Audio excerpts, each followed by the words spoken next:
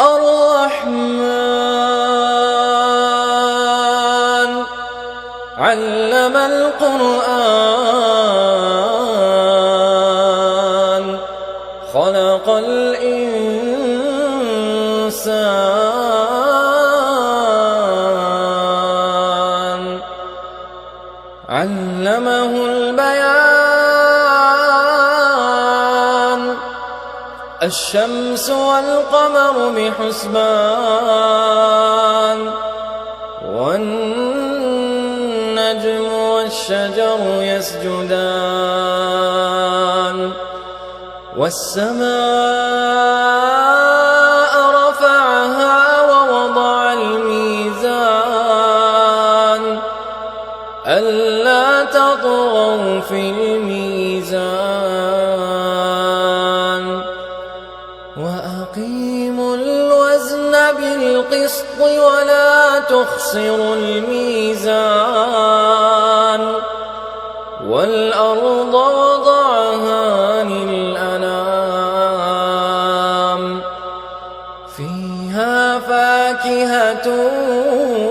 والنخل ذات الأكمام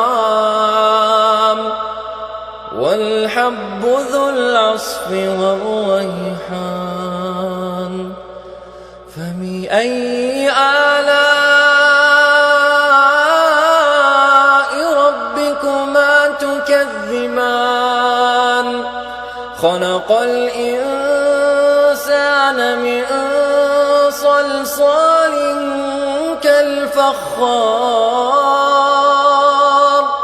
وخلق الجان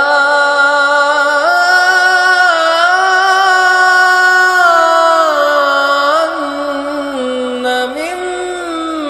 مارج من نار فبأي آلاء ربكما تكذبان رب المشرقين ورب المغربين فبأي آلاء ربكما تكذبان مرج البحرين يلتقيان بينهما برزخ لا يبغيان فبأي آلاء ربكما تكذبان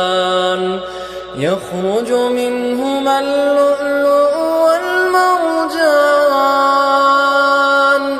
فبأي آلاء ربكما تكذبان